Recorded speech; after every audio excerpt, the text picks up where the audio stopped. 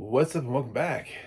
Get to the chopper because it's time for a review of The Running Man. I'm John Stark from MacTheMovieGuy.com. I'm a blind film critic. This is 2025 version of The Running Man, but I couldn't resist at least a little bit of Arnold. Uh, it's I'm not gonna say the '80s version of The Running Man is great, and I haven't read the book, so I don't want to compare.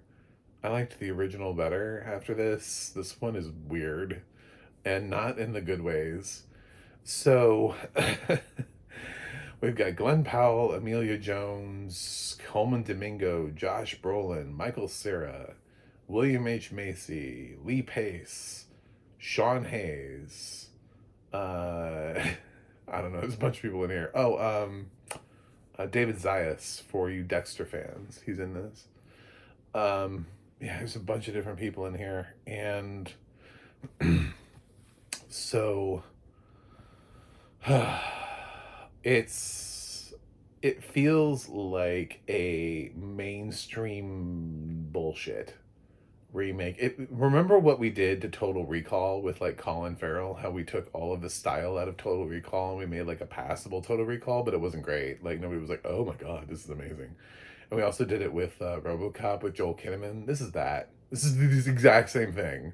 All three of those movies are now like all like the same thing. They're all, eh. Well, that was fine. Like it wasn't. None of those are like the worst thing I've ever seen in my life, but none of them would I necessarily recommend. None of them do I necessarily want to see again. I've only seen the first two once each. I've never rewatched RoboCop or uh, um, Total Recall. So I think if you're gonna come for a classic, you have to come for it in a different direction. Even if you're coming just straight for a remake, right? I think the new cliffhanger is gonna suck, but it's I don't know if it's a classic, but I mean you gotta do something better. I think Dread is probably an excellent example of. I don't think Judge Dredd is necessarily like a classic iconic movie. It just didn't work back in the '90s, and then later on, Carl Urban came in with Dread, and then people have been talking about why didn't we make a sequel to Dread for the last I don't know 15 plus years, however long it was since Dread. So that's a good sign when people feel like that they're still complaining about the lack of a sequel to your film, and you're the second one to come along. Nobody's going to be itching for a The Running Man 2 with Glenn Powell. Uh, so, what is the story? He plays Ben Richards, who is down on his luck. His wife is uh, working at a seedy job. We'll go with that. This is in a dystopian future, so everything is different and weird. They have a kid, a little baby, who's sick and needs medicine, but they don't have the money to pay for it. So there are hosts of TV shows that they could sign up for. So Ben thinks he's going to sign up for one that'll give him quick cash and has less risk. And his wife warns him, don't do the Running Man.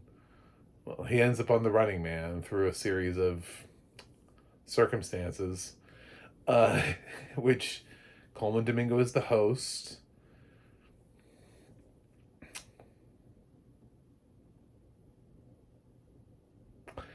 So, Domingo is somebody who is very capable of going over the top and relishing a performance. I think he thought he was in a serious adaptation of The Running Man here because I didn't feel that for him. Sometimes you can tell when somebody understands that they're in sort of like a campy movie and it has potential. The problem with The Running Man is that everybody kind of plays it straight, but it's not as interesting as anything Edgar Wright has ever made before. So it doesn't have the same pulse behind it that Baby Driver did, or his last movie, whose name escapes me because it wasn't great. So my brain has put it in a box of things that it's like, you've seen that, but you don't need to remember anything about it. It was fine. Like it was all right. It was whatever. But Edgar Wright is somebody who, when he lost Ant-Man, I was like, that sucks, because he kind of has an interesting flair to him in his style. um, coming out of the Cornetto trilogy. Uh, you can feel that in his choices. And then Baby Driver, I think, shows a lot of potential. And I was expecting a Running Man that resembled Baby Driver. Not everybody has to like Baby Driver, but it has style to it. It has something. It feels like it's different in some manner. No, this feels like it could have been directed by anybody, like off the street, just like, hey, dude, want to direct Running Man? Oh, sure, whatever. Um, Glenn Powell is they're relying so hard on his charisma, but he has nothing to be charismatic to, or anybody to be charismatic with. So he's just trying to be charismatic for the audience. I don't think the film around him works at all. Uh, it's not really suspenseful or thrilling. It's tonally, it can't figure out if it wants to be a comedy, an action, or a thriller, suspense, or science fiction. It's all kind of a hodgepodge. It's kind of a mess of a film. Um, Amelia Jones plays Amelia.